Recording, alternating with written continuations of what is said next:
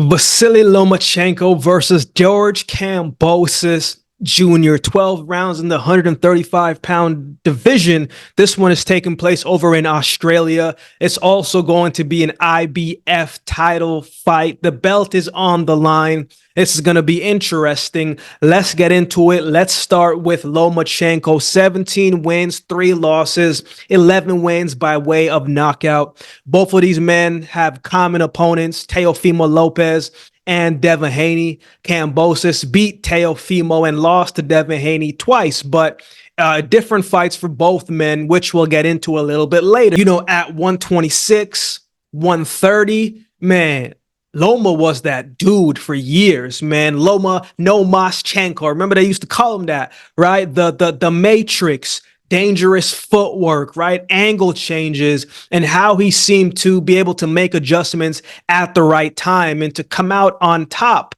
I know they used to say it all the time, man. For the first couple rounds, Loma is downloading data and he's downloading what you're going to do, and then he is going to make all the adjustments moving forward. You can always call it what you want. I was always a little bit bittersweet about that because you're kind of inactivity is not going to win you rounds, but he would come out and flip the script and use the momentum and really impose his skill set on his opponents and come out on top. If you like the technical side of boxing, man, that sweet science of boxing, so to speak, there's a good chance you like Lomachenko. I think he's a fun fighter to watch. It's not always what a fighter does sometimes. Sometimes it's how they do what they do. And that has been what kind of separated Lomachenko from other fighters, man. He does what he does exceptionally well. When you look at the totality of his resume, man, he's got some good names on his resume.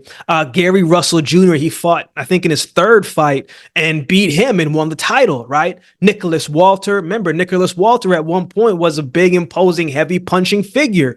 Miguel Mariaga, Guatemala Rigondeaux, we know how good he is. Jorge Linares, man, Jose Pedraza, Richard Comey, Nakatani, Jermaine Ortiz. Like, Loma has some solid wins on his resume. He could always get in and get out of trouble whenever he kind of wanted to. He always found a way to use his footwork and angle changes and find his way in because he's not a big fighter.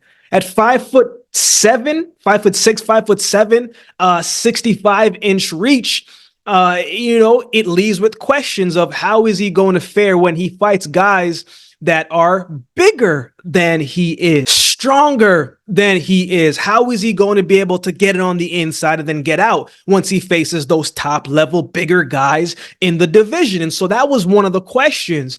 So when he fought Teofimo Lopez, man, who was an inch taller and had a 3-inch reach advantage, and a guy who was younger, a guy who could punch, a guy who was athletic and very explosive, it was lining up to be a very interesting matchup. And sure enough, Teofimo came out of the gate using his jab early, showcasing his speed and his power when he was connecting on the power shots to the head, whether it was to the body. Teofimo built up great momentum in the early part of the fight. You know, Loma was downloading data, so to speak, and Teofimo was stacking rounds and really starting to figure things out for him and sticking to his game plan. We know Loma is downloading, and that works against him. It's just been as of recently that he hasn't been that slow of a starter, right? Usually takes Loma a good anywhere from 3 to 6 rounds to really start to get things underway. And Loma didn't really start letting his hands go against Teofimo until that 7th or 8th round. And Teofimo, man, never backed down, right? He rose to the occasion. To me, in the last 3 rounds of that fight, man, Loma had a very good 10 round. He had a great 11th round. And Teofimo, man, did not let the moment get too big for him on the night. He fought back, letting his hands go and go into the body, and he was able to get that 12th round. And he finished that fight and he got the win. You never really know what version of Teofimo that you're going to get, but on this night, this was an excellent version of Teofimo Lopez, and he had to fight a great fight to beat Lomachenko, and he boxed very well when he needed to, man. You saw the complete package of Teofimo Lopez on the night, and he came away with the win and became a champion. To that point, that was Loma's first loss in quite some time. After that, Loma got surgery, bounced back, right, and beat up on Nakatani and Richard Comey.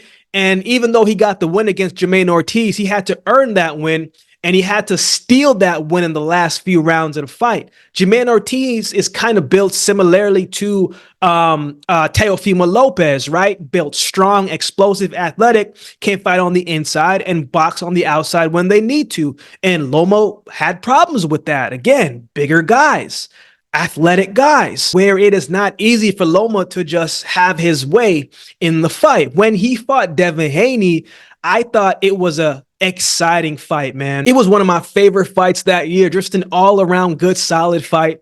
And Devin Haney came in with a great game plan, using his jab, making it tough for Loma to get on the inside where he could just let off his combinations. Haney did a great job in that fight, man, of going to the body and making that a priority and a target to slow up Loma and to create that separation. But whenever Loma would close the gap and get on the inside, man, Loma would do work and he would be letting off combination. Loma is an efficient fighter, not a whole lot of wasted motion. He doesn't have the physical advantages to just impose his strength straight at you, right? There are things that he needs to do. He needs to depend on his skill, he needs to depend on his accuracy and the IQ and the adjustments and his experience from the amateur pedigree that he's carried into the professional setting. Those are things that he has to depend on and things that has worked for him. Those are his strengths. Haney was getting caught with combinations in the 10th round and the 11th round, and it looked like Haney was losing momentum and Loma was on his way to possibly stealing the fight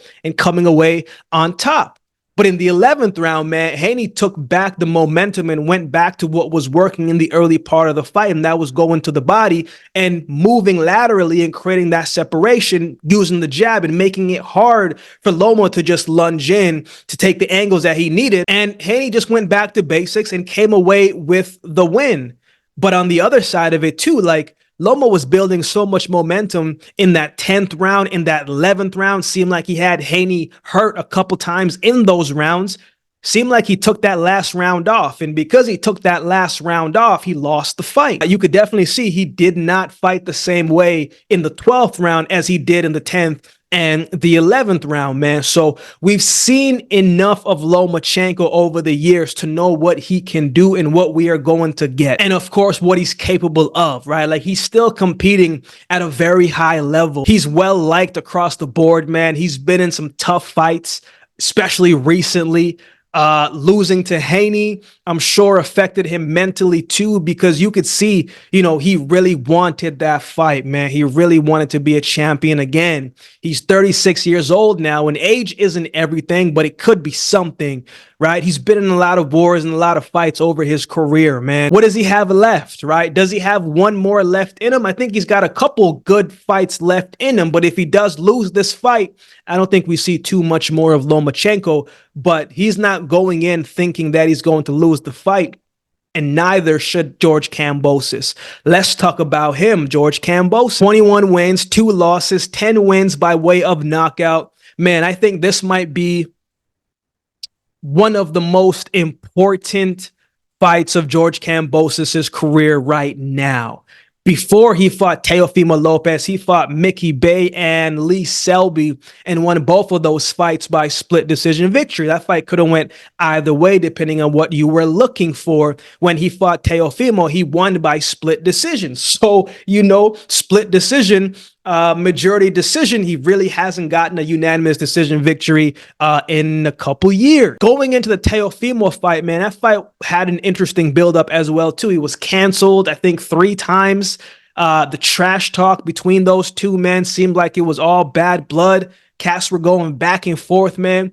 Buildup was crazy, delayed, and on the night, it was wild as well. You know, Teofimo, man, leading into the fight, especially in the week of the fight, was talking about, man, you got to bet your money on me stopping George Kambosos in the first round. And anytime a fighter talks like that, more times than not, that's not what is going to happen. But Teofimo did come out of the gate showing no respect to George Kambosos, man. He was aggressive, a little too aggressive, really pushing the pace and coming in uncalculated with his approach, chin up in the air and not respecting Kambosos. And Kambosos Jr.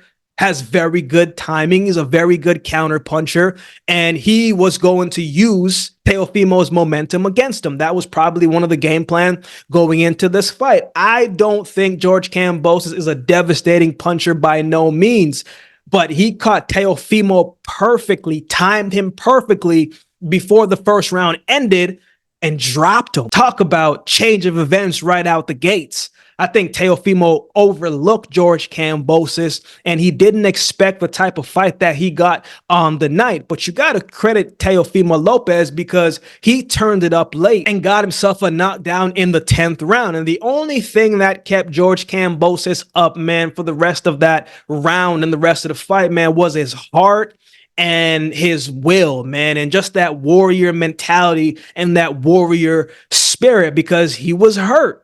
And I'd like to add as well, too, man, I think Teofimo was kind of playing around when he dropped him, man, because he was talking trash, right? And he was headhunting and fighting emotionally rather than taking a step back and just being a little bit more strategic, focusing more on his placement of where he was putting his punches rather than just trying to take George Kambosos' head off, and he might have got the stoppage win. But he did not capitalize on that on the night, and he lost the fight. George Kambosos had the fight of his night, man. You couldn't have asked for a better fight from George Kambosos. He came in the underdog and beat Teofimo, giving him the first loss of Teofimo's career. It was one of those moments, man, where you just had to have been tuned in. It was one of those nights where you just had to have been watching to really grasp the electrifying atmosphere of that night. Now, after the fight, Teofimo would release some stuff that, you know, he was having a tough time. And then a doctor came out and said that, man, he could have died in the fight. You know, his body wasn't right and all these different things. And personally, even without the news, I think Kambosos had a great night. But I think any other night, man, I think Teofimo beats him. And that's just my opinion. You know, I'm not going to speak for you, but that's just my opinion. But can't disregard the night that George Kambosos had, because it was a great night and he became a champion on that night. After that night, man, he went back in the fire to defend his title against Devin Haney. And, you know, he got outboxed. He got outclassed both times. Though he did better in the second fight, it wasn't a situation where he was going to beat Devin Haney, man. Anybody can be beaten on any given night, but this was not the type of style that George Kambosos was going to have success with. And even though George Kambosos was the champion going into the first fight against Haney, you know, he wasn't the favorite. You know, Haney was too big, too skillful, too disciplined, too sharp on the night. And more times than not, you know, if they fight 10 times, George Kambosos might beat him once. Like, I don't really see, that's a tough fight for George Kambosos to come out on top. But, you know, he still showed a level of heart and toughness that he always possessed. And one thing about Kambosos, man, he's going to give his best every single fight, regardless of the outcome. And that's something that you got to respect. Now, in his most recent fight, he fought Maxi Hughes. Maxi Hughes was coming off of a big win against Kid Galahad. You look at Maxi Hughes' resumes, and the number that sticks out at you the most is probably the losses on his resume. And maybe what comes next would be the power. He's not a guy who has a lot of knockouts. I think he has 6 knockouts, 7, somewhere there. But he's a southpaw that can box. And I'm sure Maxi Hughes was a big underdog in that fight. It was supposed to be a fight where George Kambosos comes in and looks great, right? Getting back into the win column and getting things moving again, and supposed to look spectacular on the night. But on the night, it was Maxi Hughes that looked spectacular. It was Maxi Hughes that looked sharp like a razor. It was Maxi Hughes that was stealing the show, countering exceptionally. Hughes fought his fight within his skill set. George Kambosos, man, he was lunging in, trying to leap in and find the right shot. Maxi Hughes was doing sound work, solid work, going to the body and making Kambosos pay whenever he would come in too aggressive. Kambosos on the front foot is not, personally, I don't think that's where he's at his strongest, man. Kambosos wants you to come in, you be the aggressor so he can counterpunch you and make you pay. But when he's forced to push the pace and be the aggressor, man, that doesn't really work out in his favor. And because he was doing that more, Maxi Hughes, man, he really made him pay. Maxi Hughes timed him perfectly and was catching him with clean flush shots. Like, it wasn't just the counters that were getting through, man. Whenever he would go straight down the middle with that left hand, it was getting through. Whenever he would go to the body, whether it was a straight flush shot to the body or he would hook it and uppercut it, man, he was able to have success targeting what he wanted against George Kambosos, man. I don't use the word robbery much at all, man, but George Kambosos, man, yo, he didn't win that fight. He won the fight, but he didn't win the fight. You know what I'm saying? Like, he won the fight on the scorecards, but when you turn on the tape and you watch the fight, he didn't win that fight, man. I think one of the refs had it 117, 111 for George Kambosos, and I was just like, yo, that's madness. It should have been 117, 111 for Maxi Hughes. I could have seen that. I could have rocked with that. But nonetheless, on the night, Maxi Hughes, even though he put forth a spectacular performance, he came up short on the night. But it was a great fight for him. Not the greatest for George Kambosos. And it just makes you think, man, like, Kambosos hasn't really looked great since his fight with Teofimo Lopez, and that was 3 years ago. And if he doesn't win on this night, and this is the question that is going to be posed for George Kambosos, whether he likes it or not, it's the situation of what the boxing world is saying. If he does not win on the night, man, while he's held 3 of the 4 belts and was a champion in the division, a lot of people are going to look at him as a guy who just had a great night. So who wins? So I'm assuming Lomachenko was the favorite. Kambosos is back as the underdog, which I think will work in his favor. He's back in his home country. He'll be fighting with his heart, his skill, and much determination, I'm sure. Maxi Hughes gave George Kambosos fits from the southpaw stance. Loma is more skilled with better footwork than Maxi Hughes. And the southpaw, you know, it could pose some more problems for George Kambosos. Kambosos is going to need to do more than just be a counterpuncher to beat Lomachenko. Kambosos is at home, and that just might work in his favor. That hometown, home crowd feel also comes with that favoritism. He could have another electrifying night and spectacular performance as he did against Teofimo Lopez. He is the younger man. Loma is now 36 years old, but Loma has started out much quicker, especially after his fight with Teofimo Lopez. It seemed like he was trying to prove a point. But he is 36. It could mean something or it could mean nothing. You know, this is probably his last title shot as well, too. In the rankings, I looked before making this video, the ring rankings, they have Loma at number 1, which is always interesting. And they have George Kambosos at 7. And at this stage in Loma's career, man, I don't think he beats Tank, who is at 2. I don't think Loma beats William Zepeda, who is at 3. I don't think Loma beats Shakur Stevenson, who is at number 4. He'd be in tough against Frank Martin. That's debatable, but I think Frank Martin would get the edge, and Frank Martin is at 5. I don't think Loma at this stage beats Raymond Marataya, and he's at 6. But at 7, I think he beats George Kambosos. Not that George Kambosos can't win, because he can in a fight. Anything can happen. But if we're basing it on what they look like most recently, which is important, George Kambosos did get the nod against Maxi Hughes. Many people thought he lost that fight. He struggled with Devin Haney twice. A lot of people thought Loma got robbed against Haney, even though he did lose the fight. There's a lot at stake here for both men. A loss for Loma might make him retire or at least fade out. A loss for George Kambosos would certainly drop him out of the top 10, and he might fade out and maybe even become something of a gatekeeper moving forward. So it's going to be interesting to see what happens in this fight. You know what you're going to get from Lomachenko, man. You know what he's about. You know what you can consistently see from Lomachenko. You're not really sure what you're going to get with George Kambosos, man. Sometimes he's a little bit inconsistent. And for that, man, I'm going with Lomachenko to win this fight by decision. That's my opinion. I would love to hear your thoughts. How do you think this one goes goes. Who do you have winning? Let me know in the comment section below. If you're enjoying the content, enjoying the videos, then I hope that you consider subscribing to the channel. If you know someone who likes to talk boxing, likes to talk life, then definitely share the channel with them. So with all that being said, if you've been watching the video this time, do me a favor and subscribe to the channel, man, and we'll definitely see you next time.